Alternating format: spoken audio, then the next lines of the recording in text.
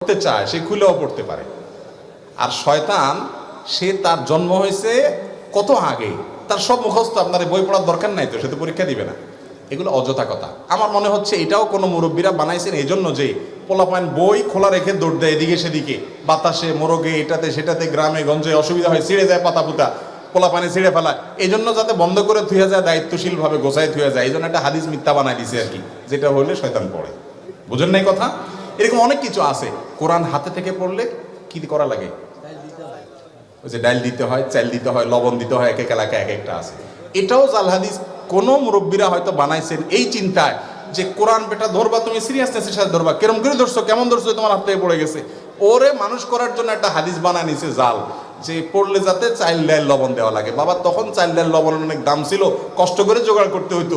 আর 2 KG 1.5 KG চাইল এখন কোনো ব্যাপার, পোলাপানের 5 MB টাকা।